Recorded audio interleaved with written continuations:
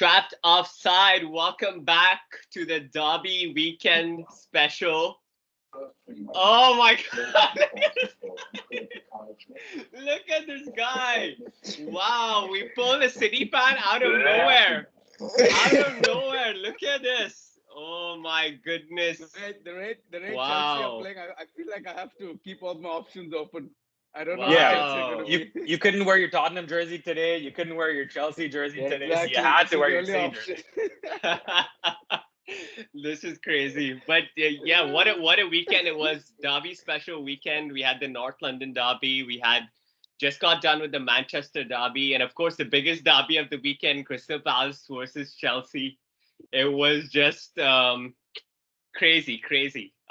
Scripts have been written already. But yeah, where do we start? I think we should start with the Manchester Derby since we just got done with that game. We'll start with SHEGZ this time, because Richarlison won the only goal for Spurs this weekend. I think he won the penalty, so we'll give the Richarlison guy the floor. SHEGZ, what are you saying? Where did it go wrong, bro? For United today? Yeah. Do you know what? I think City are just a few years ahead of us in their team development. I think they just absolutely blew us away. In the first half particularly, I think we were trying to play them like we played Arsenal, and I think we were trying to be way too direct in the first half, like super direct. But the boys were not as confident, so they kept giving the ball away. Rashford kept giving the ball away. Eriksen kept giving, because they tried to keep playing it quick. And then they kept giving the ball away, and you can't give that kind of time to City. That they will just eat you up repeatedly. And they did. And obviously, Haaland right now has scored probably more goals than 14 teams or something ridiculous like that. So you can't give him even a sniff of goal. I think I'll just talk a little bit about their plaudits. I mean, obviously the two guys who got hat tricks were obviously phenomenal. But I think the guy who was really underrated the whole game and the whole way through was Jack Grealish. He just kept prodding away and just kept getting into these spaces where we couldn't stop him. Same with Bernardo Silva. They were just all around the park. And obviously De Bruyne did what De Bruyne does. I think that pass for Haaland's goal, I think 90% of football players would never make that pass, ever. But obviously it's De Bruyne. He just does. De Bruyne did it. I don't even know what the word is. He was ridiculous. And Haaland, if you just mistakenly give him a sight of goal, he will score. So it was. You can see that. Look, these guys are a different level. We saw as once the second half, once things came along, where we got a bit more patient with the ball, and we stopped trying to be so direct. You can see we started to build up a little bit. Some of that one-touch pass and move. We started to see some of that, and then in the second half, once he then changed formation, he brought on a few more players. Just I think like a 4-1-2-1-2 or a 4-9 type thing. That's when we started getting some joy. Going for, but obviously City had also changed 5 of their outfield players, and they brought on guys like Palmer, and so I'm not going to pretend like we're facing their first team, and we got and we beat them 3-2 in the second half facing their first team, not even close. But yeah, you can see they're light years ahead. I think it's quite telling that Ronaldo couldn't get a game. I think it might be time for him to leave in January. I'm really surprised he didn't take that deal from Saudi that came in the summer. I think it's his last big contract. He just take it and mopped up all the money. I don't think Ronaldo would have made any difference in this game at all. I don't think he would have brought any extra value. I think, as we go forward, I think we're going to see a new United side. I think City are probably going to win it. I mean, they're probably in it now with Arsenal, dare I say. But I'm not too confident in Arsenal being able to see this through the whole campaign, just because they're Arsenal. But I think City are going to win. I think Haaland has just taken them to a new level. I think they're just they're in a space where I don't know who can stop them.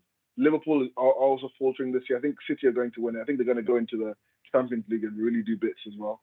I think the more that partnership between De Bruyne and Haaland keeps growing, it's just going to get more and more ridiculous.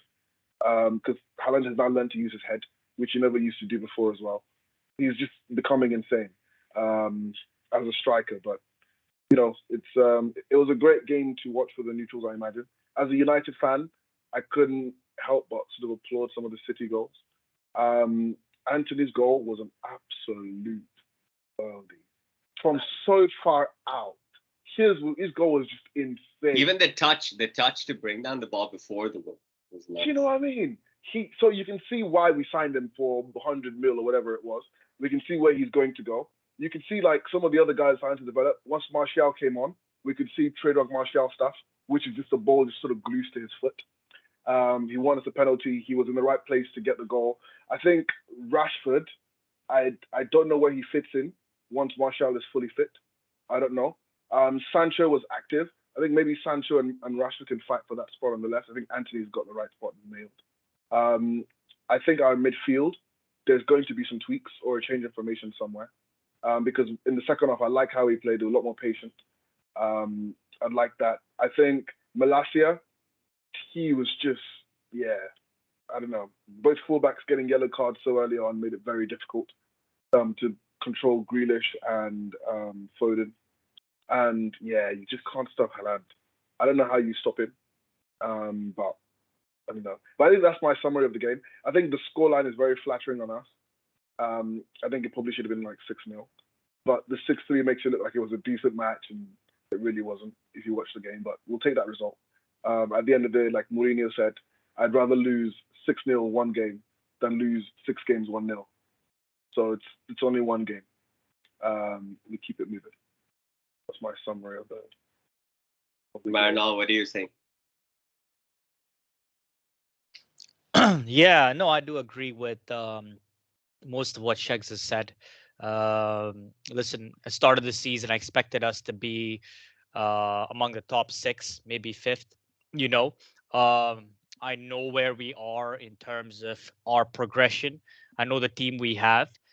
It was good to have those 4 successive wins. This game just obviously showed us how far we are actually from City.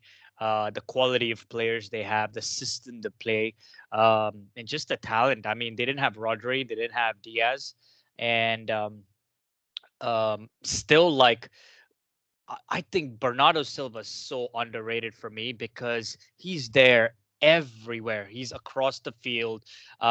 And as the SHEGZ mentioned, even the Grealish, just the interchanging between the players gives so much freedom to Foden, KDB, and Haaland. And that's the problem for, I think, a lot of the teams. I think one of the things we saw at the start of our game, both our center backs were kind of trying to keep an eye on Haaland.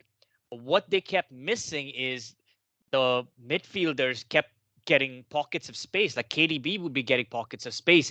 Foden, who was playing well, he was terrorizing Malacia a little bit, getting pockets of space. So that's what Haaland brings to City. He's a really good goal scorer. I mean, most of his shots are on target. And it makes all his shots make the keeper save it or whatever he can. So it's City is a juggernaut. City is a freaking juggernaut. Where we are is where we are. I would have wanted a draw, but you can see the difference in class. You can see the difference in depth. And you can also still see the areas where we look a little bit frail. Up top, connecting. Same thing, the depth for Eriksen. He was a little off today. He's been playing a lot of games. And if you think about it, if you don't have Eriksen in that deep holding role, who else do you have? You don't really have anybody else. So that's where the depth comes in. But in general, all in all, like, City was my prediction to start the year to win the title. And I said, listen, once they get Haaland, they'll get a goal scorer. But I didn't expect it to be like 3 games in a row, 3 hat tricks. He's been in the league for 56 days. He's outscored 14 other teams. But we knew this about City last year. We always said, wow, they create so many chances. They just need a finisher. And I don't think any of us expected Haaland to be that clutch. We're like, oh, he's in the German Bundesliga. I know we were having debates. He's in the Bundesliga, this and that. And then just to see him just out-muscle players, just shove him out the way. One thing maybe he can work on is his touch a little bit, But other than that, like getting in the ball, he's definitely has a better touch than Lukaku. We can all agree on that, He's good with the ball at his maybe decent with the ball at his feet, but his hold-up play is insane, man. His hold-up play. He's so intelligent. Yeah. He just shrugs off players and plays the pass into runners. And City have runners, man. Absolutely. They have ball. They have players with ball retention. They have dribblers. They have runners. They have people who finish like clinical finishers. They're just insane. See, the ball is always right across the box. It's always right across the box. There's always two runners, So if it's a man-to-man, like you're always overloaded on one side or the other. Like their system is ridiculous. And that's the best thing is you can see as soon as Haaland gets the ball, he'll drop it off to somebody and then he will make a run into the box. And he's so intelligent. I think it was his hat-trick goal where he faked Martinez. I don't know if you guys saw it, but he faked Martinez as if he's going inside. He pulled back up and went into the space where the ball was coming in. And Martinez, and that created just a little bit of space for him. And like, it's freaky how fast he is. Like, dude's built like Zlatan, right? And his finishing is like peak Ronaldo. Yeah. I'm talking about what R9. Impressed me the most about them, or Haaland specifically, is how quickly they understand each other, the chemistry. Like he knows exactly where the ball is gonna fall. He knows exactly what positions to take up. And it's like he and KDB and Foden have been playing together for ages. Like they know exactly where each other are. Together. Yeah, because he's gonna get better. It's scary. Yeah, and it's because he's just a goal scorer. He doesn't care about anything. Like even after post-game interviews, he doesn't even want to be interviewed. He's like, just let me score goals. I don't care about nothing. I just want to score goals. That's what he is. And that's why KDB, if you think about it, he has been over the past, 5-6 years, one of the best assister in the Premier League. I think it's 6 years. One of the best players in the league, just all around. All round, goals, assists, contributions. So just imagine having someone like that. Like, the reason he has such good understanding is because he always makes the run. He always makes the run. Like, even when he doesn't get the ball, I watched Haaland today. He's always making the run. And what that helps is the other playmakers. As I said, Foden is coming into himself. Grealish, who is very underrated, gives room for KDB, Haaland, and Foden to perform because Grealish is so good on the ball. He's so good on his ball retention, the way he holds the ball, slows it down, gets other people into the game. And then, as I said, like we were getting outrun in midfield. Like we were trying to do a high press and it went wide, and then in 2 or 3 touches, like the guys are like open in midfield. There's so much gaps with the 1-2 touches with Gundogan, Bernardo Silva. Just as I said, we are where we are. We just need to go into the next game. We just need to realize this is where we are as a team. And as I said, I hope we get another striker in January too, and another deep lying playmaker. I think we need that because, as I said, Martial, when he came on, it felt a lot more fluid in our system. The ball was flowing. The touches were going one touch. Movement off the ball was a lot better. And when we had Rashford, we just didn't have that. We're so predictable with Rashford. We know it's like an over-the-top ball because he doesn't even win headers anymore. Like he doesn't really win any headers. So it's no point us getting a long ball in because he's not gonna win the header. So it is, as I said, we go to the next game. We know where we are as United fans. Disappointing that it was a Derby Day loss. But yeah, kudos to City. Like they are light years above, I think, a lot of the teams. And if they make it this year, I think this year should be the year they win the CL. Because unless there's somehow, some way that Haaland gets injured, because as I said, he is such an important facet that he takes 2 defenders out the games, and it creates so much room for everybody else in the team, So, What That's what it for the about derby. Varane? This guy seems to be like extremely injury prone since he's joined United, he's missed like I think would you say like 50% of the games? Yeah, Something he's like missed that. He a seems to little be bit picking up over. injuries very often. Are you guys concerned about that or Uh, not so much? see, for me, yes, definitely. I mean, but we knew what we were getting when Varane came in. Like, he was sort of at the latter part of his career at Real Madrid, a little bit injury prone. When he came to us, I think he started only 8 or 9 games, if I'm correct. This is the first season that he has been playing a lot more consistently, and that's why one of my main things last time was we don't have depth in even our center back positions. I don't think we have another quality center back, and that was one of my concerns because I don't trust Harry Maguire.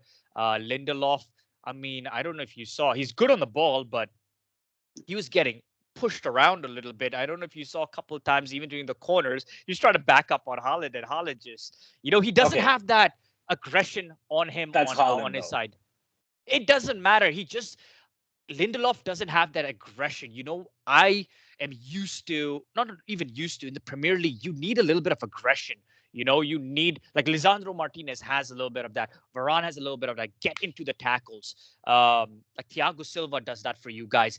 Rudiger used to do it so well for you guys. Kunaal, for you guys, what's his name? Gabriel does that for you guys. Even Saliba, he's not as timid. He's a little bit more aggressive. You need aggressive center backs. Diaz is a perfect example. I mean, Stones is all right, but for me, Diaz and Laporte were one of the best combinations. They have a good. You need a little bit of aggression and physicality in the Premier League. So that's where I don't think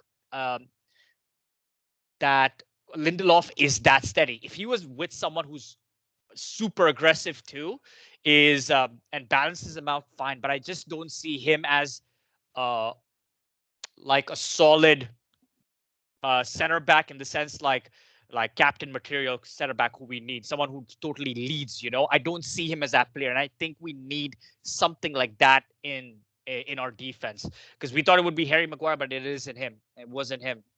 Would Lindelof never is be a him. guy who does a job in like Europa, like when you're playing up against teams from Syria or just teams that Yeah, don't have possession as based, a little strong. bit possession based teams, movement off the Yeah, ball kind of teams. Yep, exactly. And as I said, that's the difference. The Premier League is a lot more physical. Strikers are just uh getting on you. A lot more long balls, a lot more aerial battles are there. You need to be a lot more physical. You need to be a lot more in the tackle. You need to be proactive as a player a little bit. I mean, in fairness to him, see, listen, he's very smart on the ball, but I just don't. In all the 3 seasons that he's been there, I haven't seen the aggression in his play. So yes, I'm concerned about Varane. He's injury prone, and that's why I would have wanted another proper center back. And for me at that time was actually Eric Bailly. But then again, if you look at him too, injury prone. Yeah, So he's also we've never had a consistency of that. SHEGZ, what is your outlook on Varane then? Yeah, I think, look, like, it's everything Maranol said. I fully agree. I think, to be honest, for me, I didn't think Lindelof was too bad. I think when he came on, I didn't feel there was a significant drop in quality between what Ryan had been doing in the first half. I thought he acquitted himself well enough. I do think I agree with you. I think we do need another world class centre back. I don't know how they play in the same team because only two centre backs can largely play at the same time. I think in midfield we need a change of system. I don't think it's working quite the way we want it to at the moment. But I'm excited about us going forward, though. I think another striker would help, but it's it's it's very interesting what we've got going forward. I think we just got blown away by City, and I think that's okay.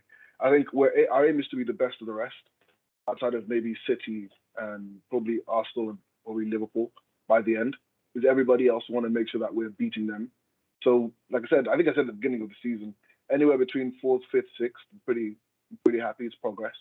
So I didn't come sort of expecting a win. I thought we could steal it with a few counter attacks, and we'll sit back. But he really tried to press quite high. And when you do that against City, they can unpick you.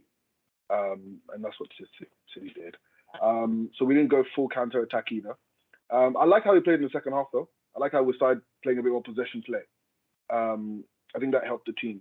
So clearly, there's a change of styles that he can implement.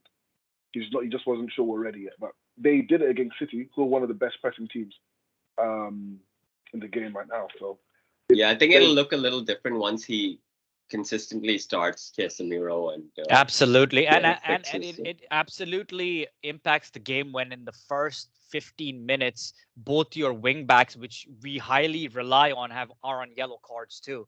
That also reduces the aggression on that side. And remember, we talked about how we absolutely need our wing backs to give that width to us. We didn't really get that aggression enough from Dallo or Malacia, with them being on those yellow cards too. So I think that impacted us, but I mean, not much. But I think at one point, City had 20 shots on goal to our, I think, 8 or 10. So they were peppering us. It was peppering Central. It would be interesting to see how they do against Arsenal, or even a Spurs, and I mean the other clubs. I mean, I don't think none of you have played City the yet, right? teams that are going to play on the counter with them will get the most out of it, man. I don't think you can match them toe for toe. You absolutely cannot play all We tried out to play man attacking to man. football. If you notice, They'll we tried to pick play you a bit of apart. man to man. I don't know why apart. you changed your tactics from the way you played against Arsenal versus against City. Like, you needed to have like 9 men behind, like basically in front of the goal. Like you guys should have. Yeah, but against Arsenal, we played the same way. This is the same way we played against Arsenal. Yeah, we did. It wasn't so deep, even against you guys. It was once we started getting our goals and we just sat back. But I feel like you pressed a little bit higher though, right? Like, I feel like you pressed a lot higher this game versus the game against Arsenal. I think we pressed the same. Yeah, we pressed the same. Same. I just think City were just so good. That's what I'm saying. Like, those two players, Gundogan and Bernardo Silva, they're so composed on the ball. They know where the ball is going to go before they they play players open. They play their teammates open. Like, they know what they're doing even before. They're so good. That's the thing about high quality players. That's why they wanted to keep. Gundogan was supposed to go to, if I'm sure, to the MLS at one point, and even Bernardo Silva was supposed to go to Barcelona, and Pep really wanted to keep both of them. And just like, it's because of the quality of them, the quality that they bring, the composure that they bring, the intelligence of getting their teammates into the game. Like, they just played their teammates. We tried to play man to man at one point. We were trying to press high, but 1-2 touch triangles, and they were getting so much space right behind us every single time. That's why they kept getting open, and none of our center backs kept pushing high enough because you had Haaland over there. So they both of the center backs had an eye on Haaland rather than going on ahead and trying to win the ball back in the midfield after City were like creating that space right in the center of the park. If you don't press together as a team against them, you kind of get picked apart, because if you go man for man, they have Bernardo Silva who holds onto the ball and drags 2 or 3 players with him, passes to KDB. You try to get KDB, then he passes to Gundogan. It's exactly. Like, in the midfield, it's like crazy. That City team, you have individually some of the smartest, if not the smartest people in their individual positions. So it is so hard to play. Like, if you make one mental error, that's it. Exactly. I think the real big difference between the City game and the Arsenal game, and I think we're flattered by the Arsenal game, is that City are just a better team. Because that scoreline could have been the Arsenal game. You guys just didn't have the quality to take advantage of the chances you guys created as well. And because your defense weren't quite as good, we could penetrate a bit better. I think that's literally the difference between both games. I think when Arsenal play City, you're going to see Arsenal park the bus and counter. And I think that's what Ten Hag needs to learn, that this is the Premier League. Like, the gap is just so big between City that you can't think you can go and do totally. You can do it against like the Arsenals, maybe, maybe against Liverpool-ish right now. I think you can do it literally against any team outside of City. Exactly, pretty much. It's just, I think it's the only difference, because if you remember the Arsenal game, you guys could have ripped us apart. And you did. You guys just couldn't finish. You were just not good enough. Like, little edge is what you guys just didn't have. And we were just able to get the counters in. I think we were super naive in that game where we left the middle of the park really open for you. And Rashford, to his credit, was making really good runs. And Eriksen was on his game that game. So I think that was the biggest difference. Whereas they were able to hold back. Like, it might be Eriksen getting tired. It might be... Absolutely. Absolutely, Kunal, and that's where I say the depth, and that's where I said like Ericsson is such a vital player. But I said that we need another player there because you cannot rely on a person like Ericsson game in game out because he has limited in the tank, and this is where I was like, you need another class deep holding midfielder who can create those deep You're lying getting a you're balls getting for a guy us. with a pacemaker to play box to box essentially, which is it can last for how long? Like Listen, don't no, be I'm not. I'm being serious. disrespecting. I'm Don't be legitimately. disrespecting Iron Man. Don't be I'm being serious. disrespecting I Iron think Man he's a legend. Ericsson, I think man. it's incredible what he's been able to do and where he is right now from what he went through. Like I think Yeah, I'm only giving him props, bro. But yeah. it's just tough to constantly do that game in game out, and No, he's so important to you. absolutely. And you could see that he was getting overrun, and that's where a lot of space in midfield opened. You could see he was getting overrun, and this is the challenge that we have. We were just not. I don't know about you, SHEGZ, but I just didn't feel. I don't know whether Rashford is still injured, but I saw him strolling around a lot of the game. He wasn't making the same kind of positional slash pressing that we saw, like even when Martial came on, or the pressing of Anthony. And I don't know what it is, and that's something that really bothers me about Rashford. Is I don't know whether he's injured. I'm not. I don't know. Maybe he is. Maybe he isn't. But that intensity from the front. I mean, that could have been Ronaldo playing up front today. I mean, we talk about we need pressure from the front, right? I didn't see a lot of pressure from Rashford correctly, like the correct type of pressure from the front. I don't know what you think about that, Burton Yeah, or Kunal. Also, I just do like I was almost like playing Ronaldo up front at the start of the game. It just there wasn't a consistency to the press, and as soon as there were a lot of times where the center back got past Rashford, and the center back, because everybody's playing man to man, the center back has gone all the way past midfield, like Ake and Akanji a couple times would just go drifting right into midfield and overload us.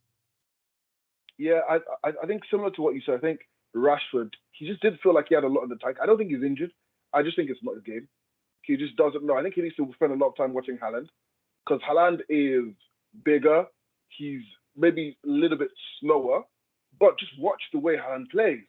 Like you can just see there's just worlds apart. Haaland was pressing. He was urging the team up to come and press with him. He was doing all this. Whereas Rashford, you've never really seen that. You've never seen that leadership. You've never seen that hunger to go and get there. He just wants to be the one who's a bit deeper. You play a free ball and he runs and he scores. That's his whole game. Now that can work maybe if you're like a winger, but when you're a striker for Man United, you've got to evolve, bro. You have to evolve. Yeah, absolutely.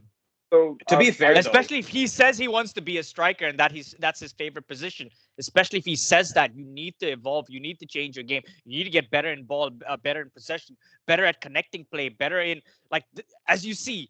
Watch how Haaland is playing. I know you have your different player. I mean, look at Mbappe. I mean, you would say like Rashford is almost, but Mbappe to me has more technical ability than Rashford, in my opinion. I mean, yes, they both are pacey players, but they I think Mbappe is more clinical and he has a better temperament for me than Rashford. He's a little too rash for me, and his decision making is still not there. Right, we'll transition into the North London derby. I think Kunal's time to shine, still top of the league. How are you feeling, Kunal? I mean, I'm feeling. We need to talk about VAR too at some point. Yeah. Yeah, we'll talk about VAR. Honestly, I'm over the moon, but let's not get ahead of ourselves. I'm not one of those fans that's like, oh, Arsenal's winning the league this season. City has a stranglehold on that number one position, regardless of where they're 1 point below us, and it's always fragile. Like it's incredibly fragile at this point. We can drop a point to any team, regardless, because any team on their day can take points from anyone, right? But if we're going to about the game, like I can't think about one player that had a terrible game. Gabriel. My problem with Gabriel is I think once the game seems like it's under control, he starts doing stupid things in the box. It was that game against Fulham where Mitrovic just knocked him off the ball, got dislodged, and he scored. He does a lot of those things, and you can't be doing that in the box. He's young, right? How old is Gabriel? Or is he? He's 23. I think he's 23. We have I think the youngest team in the league. Or the 24. Yeah, he's pretty young still. He's young. Right? Yeah. So I think he just loses his head sometimes, like that tackle that he put in. Richarlison wasn't going to take that shot. He's going to try to pass it in. I don't go for that tackle. It was just a huge mental mistake. And it was also at this point where Tottenham was starting to get like a little bit of a foothold in that game, where they were starting to like press. They had, I want to say like 7 minutes in the entire game where they looked like they were a decent team and they were countering well.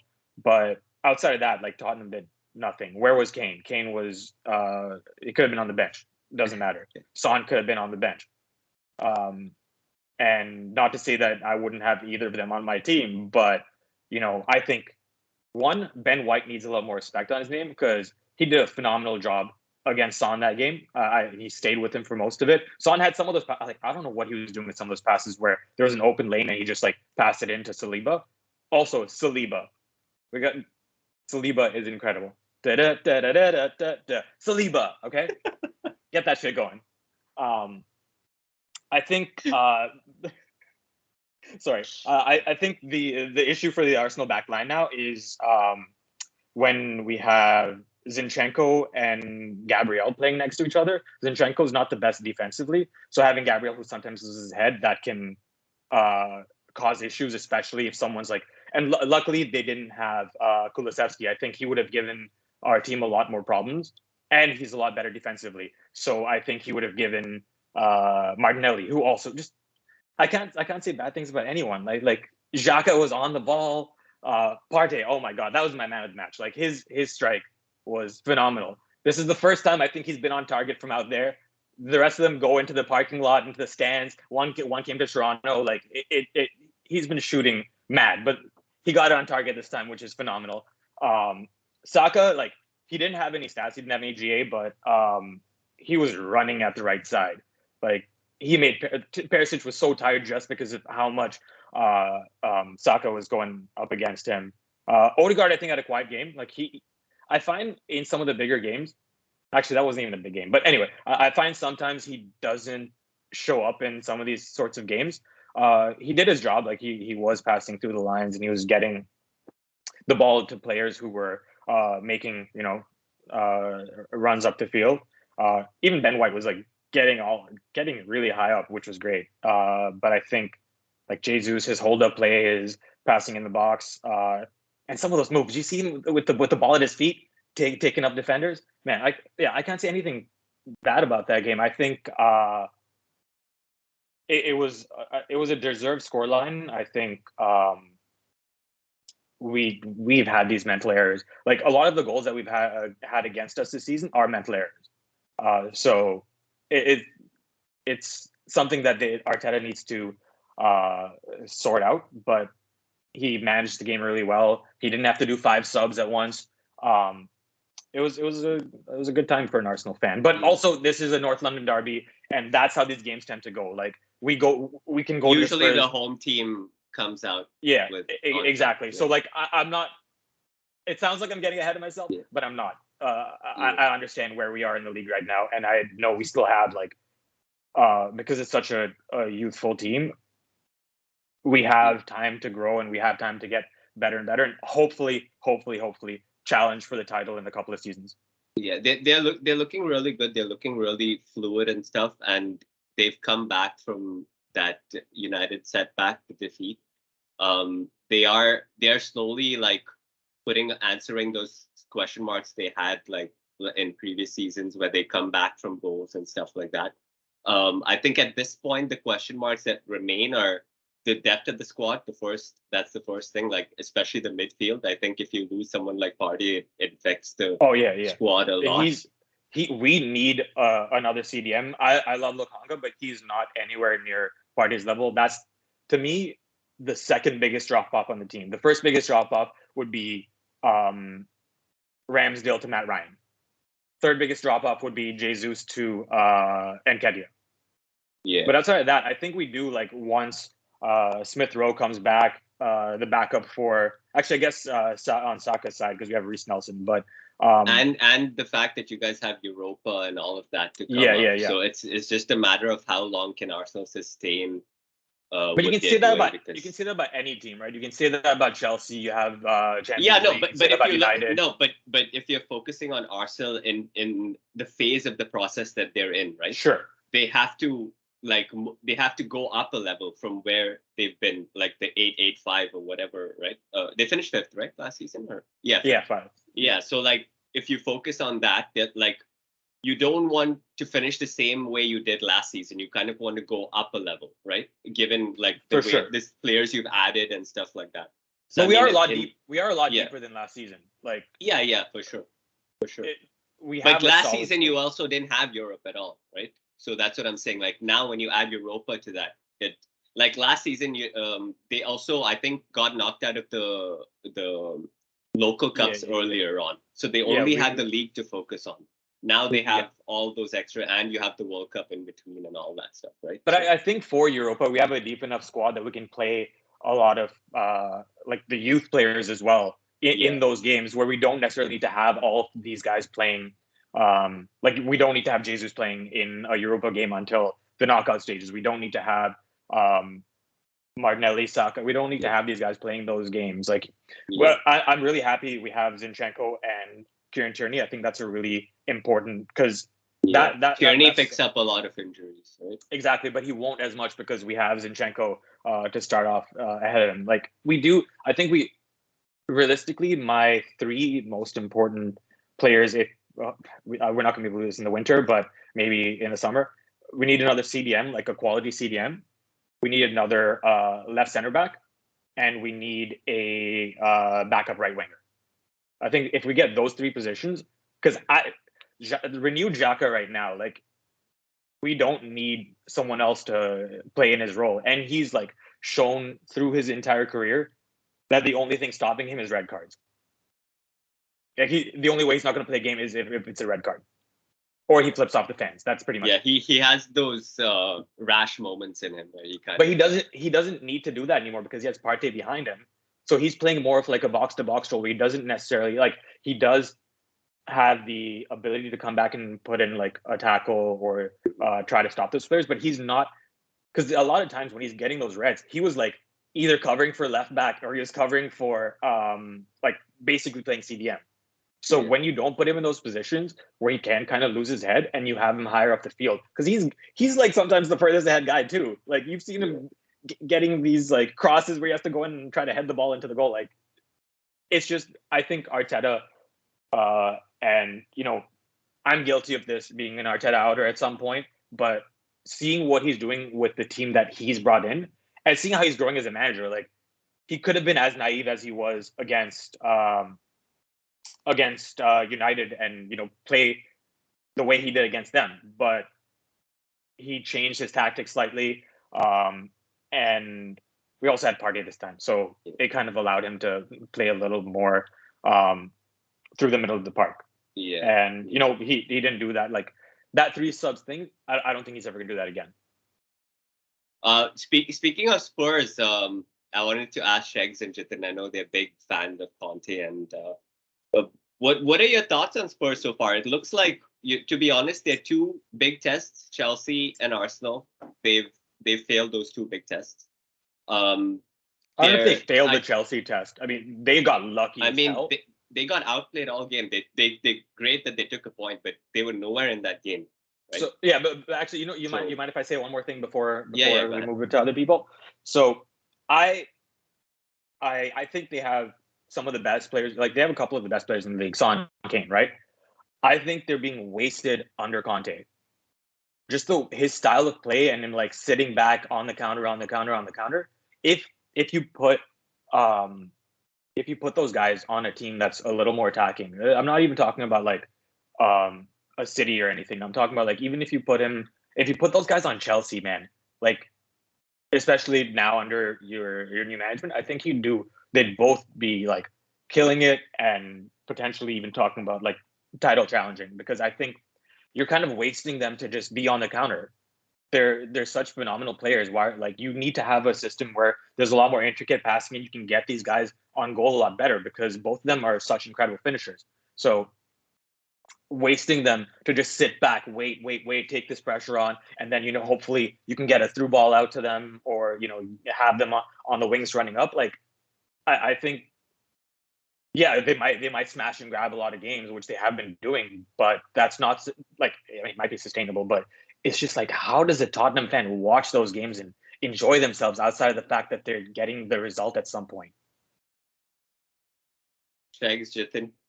I think that's the traditional Italian way, mate. It's pragmatic. You get the job done. No, I think it's probably the best way to play. I think he's won the Premier League with it. He's won the Italian league with it. He knows what he's doing. I think he always looks. His teams tend to look shaky, like, oh, they're getting attacked and they're under pressure, and they just kill you with a counter attack or two. And he's consistently been doing that. I think even against you guys, there were some opportunities where those guys had, and they could have, if they were a bit better, maybe. But I think more than anything, I think Arsenal just showed they were Arsenal against them. I think, yeah, they definitely deserve to win. You guys definitely deserve to win. I don't think Kane and Son are being wasted. I think he's playing to their strength. He's making sure that they can play. Because Kane has scored 7 goals, I think, in 7 games, something like that. So Kane's scoring. Son got his hat trick. So yeah, I don't think they're being wasted. They're still putting up the numbers when you look at it. I just think I don't know. Honestly speaking, I just think that squad is not good, man. And I'll stick to it. Like I've said this a long time before. They have 2, 3, 4 really good players. But besides that, the Spurs squad is not a good squad, man. Like, if you take off Son and Kane from that squad, do they finish top 6? Do they finish top 8? I don't think so. Yeah, but that's like saying if you took off Jesus and, I don't know, Zinchenko. No, no. Jesus Come on, man. Jesus and Partey, Arsenal are done. Come on, man. They have Saka is a quality player. Martinelli is a quality player. Who else do they have?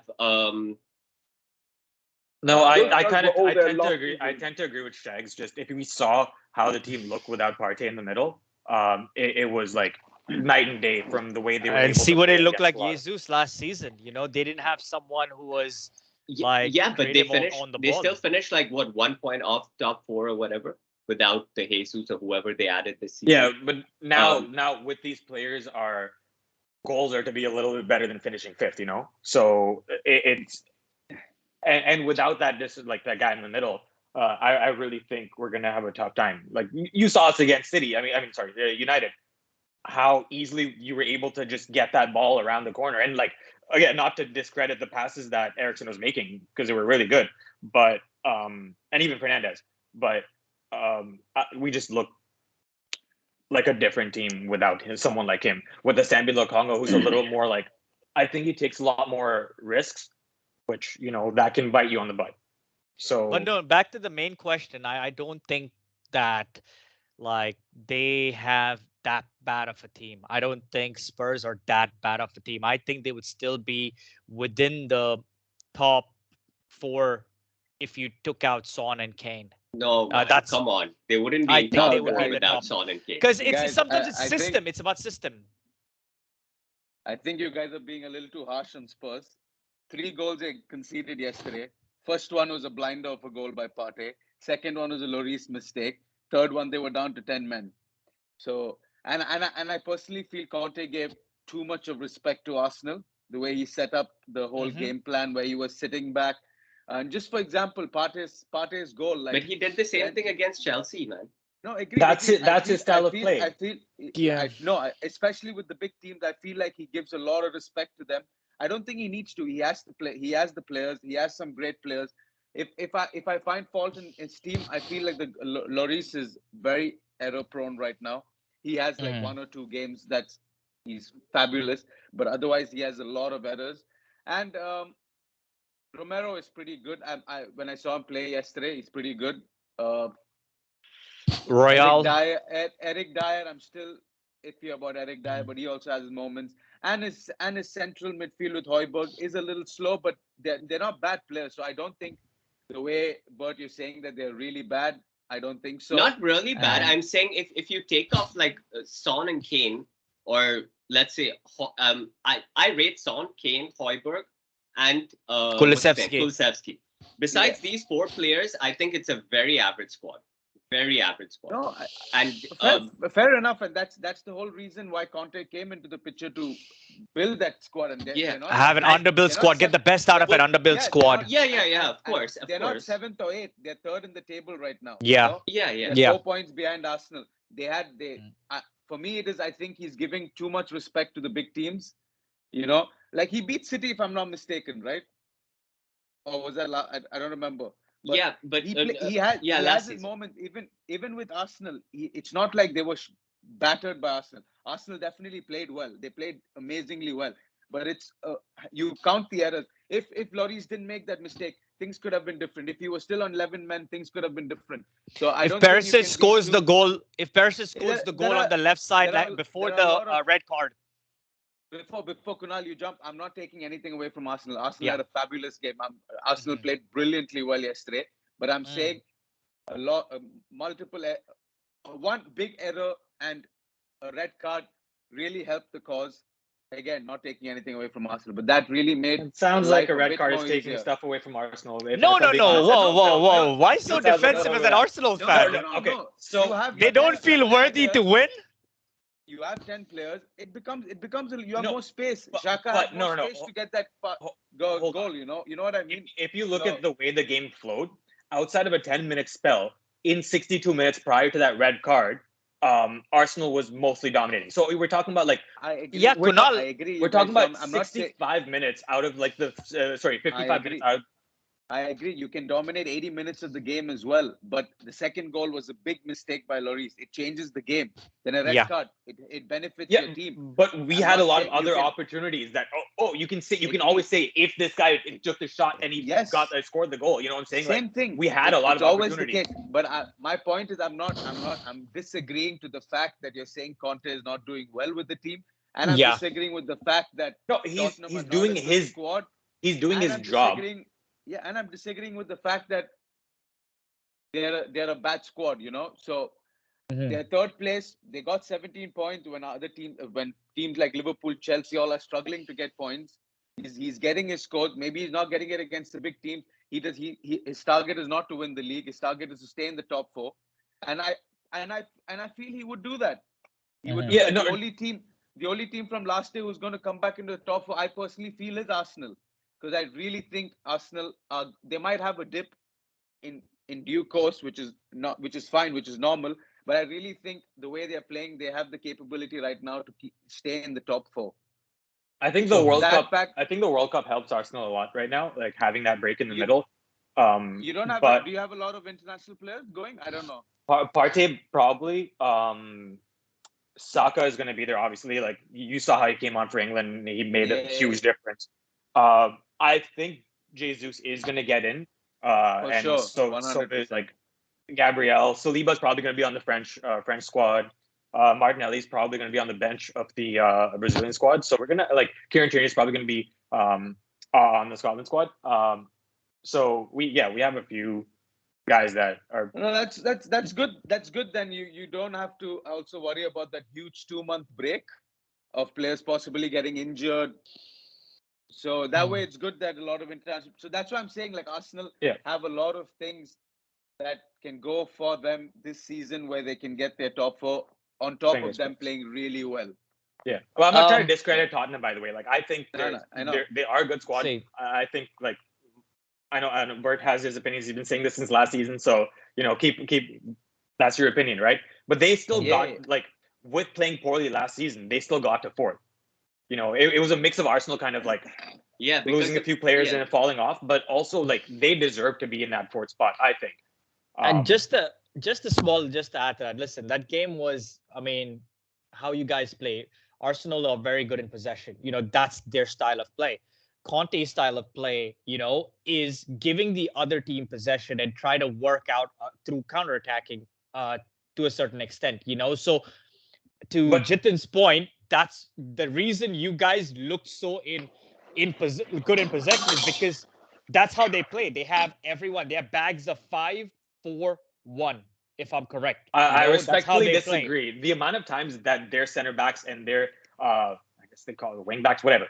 They Mhm. that they were getting run around, like the way Martinelli was taking it around that left side, the way Yeah. Saka was taking it around the right side. They were getting run past. It wasn't like they were this force that was standing and you're just taking those shots, like taking those shots. They were No, getting run absolutely. past. Absolutely. Listen, y'all played well. Saka had a great game. Partey had a great game. But like it took a long distance goal.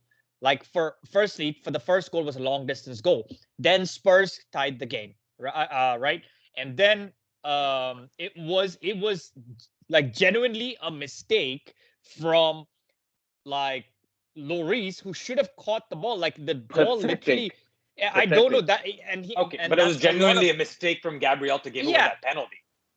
Yeah, which is fine, which is fine. Like Kunaal, y'all played well. Y'all are top of the league. Dama. We're not arguing that. What we're saying is there was a couple things within the game that changed the full momentum of the game. It could have gone either a draw, right, or like a 1-0 or something like that.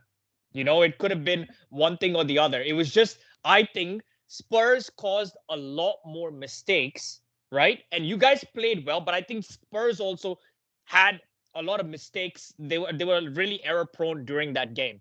And I mean, that red card, sometimes it's such a cheeky call, because it wasn't like intentional, but definitely it was above the ankle. Like it's one of those tackles. Like I He can't wasn't take a looking yellow at the card on ball that. at he wasn't looking at the ball at all. He was going toward Martinelli was going towards his own goal, and this guy doesn't look at the ball and does a high. That's what Gabriel Jesus did to Lisandro Martinez, and he didn't get no red card for that game. He literally kicked him above the shin, and they didn't even look at it on VAR. Like he literally kicked him. He literally kicked him, and at that time you said, "Oh, that's nothing." So I didn't say that's how nothing. can I thought you should, yes, but no, yes, we that did. sorry. Yes, we did. I didn't say It that was was like it's nothing. hardly anything. Yeah, it is what I it didn't say is. that was nothing, So bro. this one, it was literally he didn't even come aggressively. It's like that's a more natural tackle than which. Listen, it's a red card, fine, nothing. But y'all played well. But what to Jithin's point is, and my point also is I think Spurs made a lot more mistakes also that caused them to be that bad.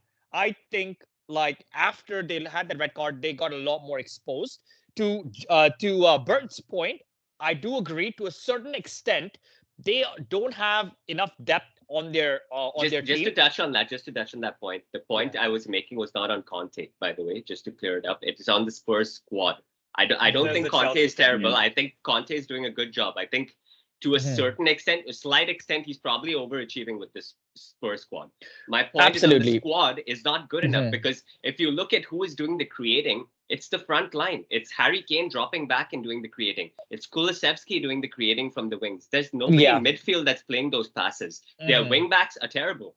But that's their system. They're like but don't you think that's their system anyway? Actually, no. In fairness, when it is Chelsea, he had system, Jorginho and Fabregas, right? Yeah, he had Fabregas playing the passes and stuff. And this is probably the weakest squad he's ever had in his managerial career. Yeah, that midfield is like Højbjerg is good, but like it's an average squad. So he has to get them. He has to get more from his front three attackers because he doesn't have the midfield to play those passes and to create. So that was my point on the squad. His games against all the big teams are going to be this boring football. By the way, I think it's going to be counter-attacking from the wings. I mean, who else is going to create from them? And that's where his game plan is creating from the wings, which is either Perisic on one side and Royal on the other side, who just get crosses into the box. And Harry Kane that's his style. That's it. That's how he plays. So that's his system. So if someone like Son or Kane or Son and Kulusevski don't click, they're not winning those games. That's my whole point. Like they're very reliant on that front three. Fair. Oh, okay. Fine. No, because I just still think that I think they have a better squad than well, you know what? Now that you've said it in that context, yes, he has them overperforming. I mean, other than Bentancur, I'm trying to think who else do they have? I mean, Højbjerg is just a destroyer. Højbjerg is good at what he does, but he's not doing, like, you know what I mean? Like he cleans out. He's not going to break the line. He's not like a Fabregas, or he's not going to play those passes after interceptions and stuff like that. They don't have that player. He still has a lot of work to do on that squad, man. Now that I think about it, they don't really have a creative. No. The squad is not, but he's Yeah. again he's doing a great job. He's I doing a think good job. personally. There's no doubt about that. He's doing a Yeah. good job. Listen, Listen, Kunaal, also, credit to Arsenal before Yeah. you get a panties in a knot. Like, congrats Yeah, to Arsenal. yeah, They played yeah, well. yeah, yeah. Martinelli, as you said, I agree with you. He had a really good game. He had them on strings. I think Jesus played a really good game. For me, I think Saka was the man of the Yeah. match, and that was because he was literally uplifting the team. He was getting into space, getting into the box. Odegaard had a bad game, and it felt like Saka was being more creative or more focal point in anything that was positive within the team. Partey had a good goal. But as I said, Arsenal, we're used to them having a lot of possession. We've seen since the start of the game, start of the season, that they're very like they have a lot more possession of the ball. And to Jithin's point, back to it, I think also Spurs made a lot of mistakes that y'all could have still won the game, but I think Spurs did a lot more to a certain extent to cause themselves to like shot themselves in the foot to a certain degree. Do you Spurs agree on that? basically lost. Spurs basically lost all their chances to even get a draw out of that game if they wanted Yeah, to. correct. Basically, correct. that's it. Yeah, that's it. That's it. I mean, I think honestly, I think Arsenal could have played better, and Oh. taken some of the chances that they made. Like they had some really good chances where, like I said, Jesus like dribbled through like four guys, had a shot on goal. They had one where I love this. There's this new pass that Xhaka does, like a pass from kind of like behind the box to Jesus, who makes this great run in for a header. They had a few of those options. They had it like Ben White came in right up to the touchline essentially, and crossed the ball in. Like I think I think this result kind of makes Tottenham look better than they were. We'll quickly move on to Chelsea now before we wrap things up. Chelsea Palace win for Chelsea. Potter's first win, first game in the league. And Gallagher scores against his former Loney club. Jithin, what do you think? Let's start with you. That was a struggle to watch this game, but it was way better than the West Ham game. So, everything said and done, I'll take this result. I don't give a shit how we get our results anymore. I don't care if we play the worst football ever as long as we get 3 points. For me, what's frustrating is I'm getting really frustrated watching this football. Watching the way they're playing, I feel they're clueless. It was a much better game. It was a much better game yesterday, but overall, they were pretty clueless what to do. Mount had a terrible game. Mount has been having a terrible few games lately. Then, oh my God, I don't know who's the other guy. Like, I Havertz. forgot. Havertz also was okay. There was bits and pieces, but nothing great. Silva, in hindsight, that handball was great. That he didn't get a red card. It was great that he put his hand there. Fofana, for me, terrible. I don't rate him one bit. I never rated him when we paid that much amount of money as well. I know he's young. I know he's 21. I know Bert will disagree. But I just feel like I don't rate Fofana. I don't rate Fofana and Cucurella a lot, to be honest. But time will tell. And fair enough, I'm going to give Potter much more time than this. I'm not going to judge him by this game. But the biggest issue right now is we have AC Milan coming. And it is a must-win game. If we lose, I know we are going to Europa. Maybe not even Europa. We might go 4th place, which is going to be heartbreaking. But overall, a lot of improvement required. A lot has to be learned still. I think Silva is freaking defending, creating, passing, assisting. I don't want to see my 38-year-old defender coming and doing this. I need him to just defend. I don't want him to do the creating, the assisting, but again, don't know what else to say. It's crazy because he's also playing handball. Yeah, it's fine. It happens. It's okay. We got the call. It's fine. I'll take it. Yeah, for me, it was a decent game. I thought we did good. I felt like there were players that really underperformed, like Jithin said, Mount definitely had a terrible game. I think Chilwell was struggling. And Fofana, I think he started off really rash. I think the goal came from his error as well. But he had some good moments as well. You can tell he's still young, rash defender. He still has much to learn. But you could see moments of his interceptions, his ball carrying. You could see a little bit of that, just moments of flashes of it. So that was the reason I think he was brought in, because you could see Thiago Silva was playing a lot further back and playing those long balls. But I think it was much better than before, because the main positives for me is I saw a lot more attacking patterns. I saw a lot more creativity in the final third. Like when we went down, I think it was the first time in a long time that I felt we could actually create to win the game. Where previously you would see, like, if Chelsea go down, you struggle to make those passes because you could predict exactly what Chelsea were going to do. Side passes, back passes, side passes, back passes. If a chance comes along, they miss that chance. It's very predictable. But with this game in specific, you couldn't really predict the attacking patterns. It was coming from both sides of the field. That Abba finish was ridiculous. He didn't even look at the goal. He just chested it and bottom left. That was insane. I don't even think he chested it. Did he chest it? I don't think he chested it. He didn't? No, he just turned he just turned that was insane. Just a turn and a score. Yeah, even that crossfield ball from Reece to Thiago Silva in that build-up was insane. Reece James, another consistent performance from him. Phenomenal player. My problem here is we will get battered by the big teams if we keep going. That's why I'm being harsh on them. That we will get battered by Arsenal. We'll get battered by City. You know, these teams can really AC Milan could get the better of us. To be honest, we could be battered by Palace. Palace are a very good, very good side, and their runners with Eze, Olise, Zaha, they're all really good dribblers, and you could see how they were just breezing past their midfield. Like Jorginho was like gone. He was like 3 miles away.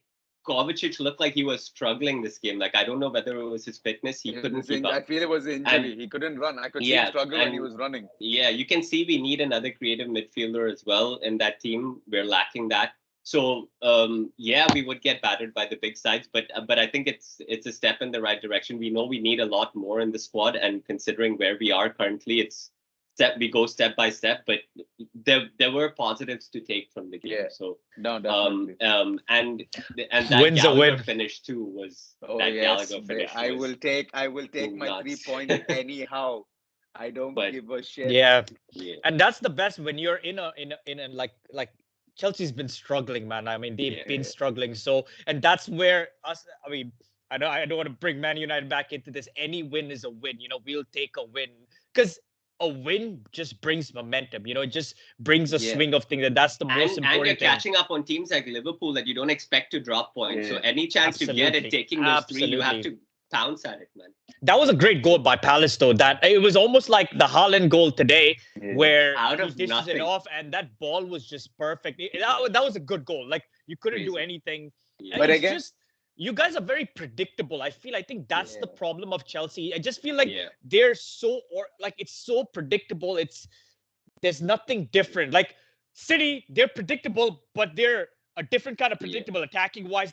There's always switch of play, but you know that the goal is going to come from crosses across. But you guys are just so pragmatically predictable. We're very limited. We're very limited.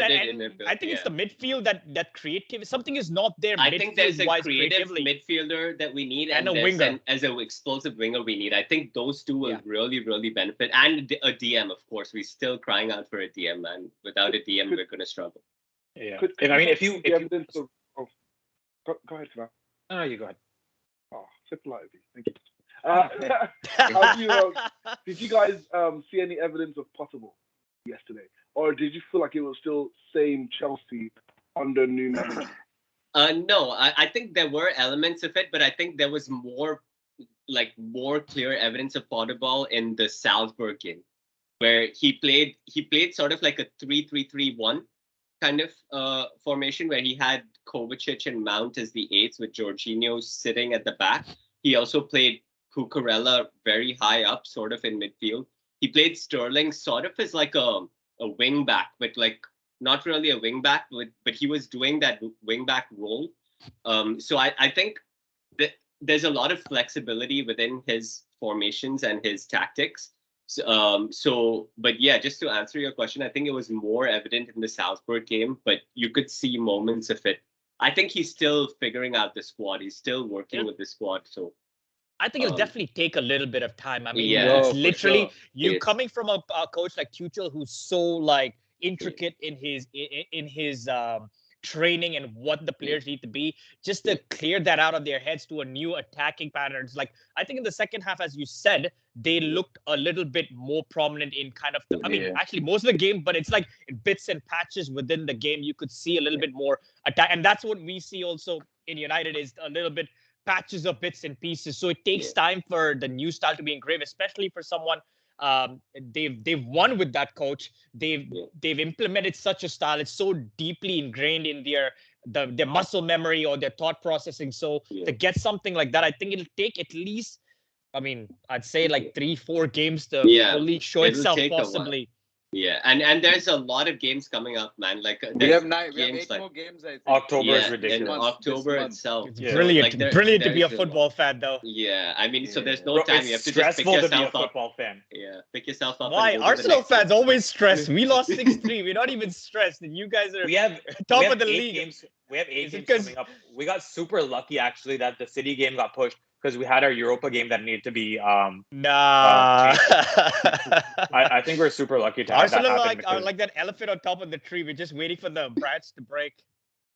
Can I also add in regards to Chelsea, do you think Sterling was what you needed? You said you need an explosive winger. You've got Sterling. It seems you're playing him out of position in this weird like striker, free runner, do whatever you like. I don't really understand what you guys are doing with Sterling. And it seems Should have got Mahrez. maybe, but Mahrez is also 31. But Maybe Bernardo Silva would have been a good. No. You need a winger, like out and out super winger. Like honestly, like a level of Foden or you need an Anthony. Yeah, but Sterling Foden, Anthony, or Martinelli. Yeah. No, SHEGZ, I get what you mean. I think the answer is yes and no because he's part of what we needed. That's why we also went for Rafinha but didn't get Rafinha. So he's not being played exactly how he should be played, which is true. He is still missing chances. Like you could see in that game, he missed quite a few chances. So I think the squad is not fully finished to answer your question. And also, in addition to Sterling, like now that we got the striker, we still need another winger.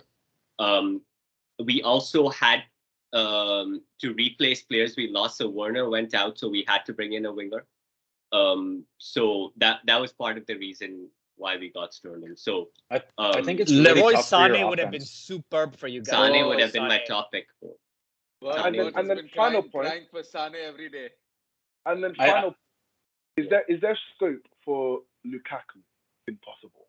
I don't think so. I think it's impossible. man. I don't think Oh, my- I don't think he wants to come back, and I don't think anyone at the club wants him back. To be I honest. think Todd Bowley should pay Inter Milan to buy them.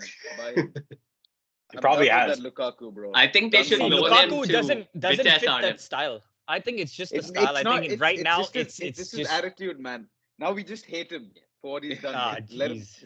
Yeah, I no, think- no. He's Out of my a club. system player. You know, there are those certain system players Yeah, that they only yeah. fit that one system, Mhm. and that's why I rate Hazard very highly because he's played in multiple positions and he's killed it in every position.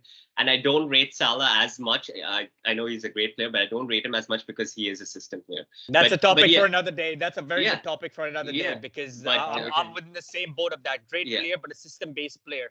Yeah, Talk about Liverpool if you right see, now. they've lost Mane, man. and something doesn't feel right within that. I think even Van Yeah. Dijk's injury, which we need to touch on Liverpool, I think next time because Yeah. where they are from quadruples to Yeah. apparently the best team in Europe. I think and things they've like that. ran We need to themselves talk to about the that. ground, man. I think they've ran themselves to the ground over the last 2 years. The Absolutely. number of games they've played and with the intensity that they've played, it's not possible for that 11 to keep up. It's just not No. physically possible.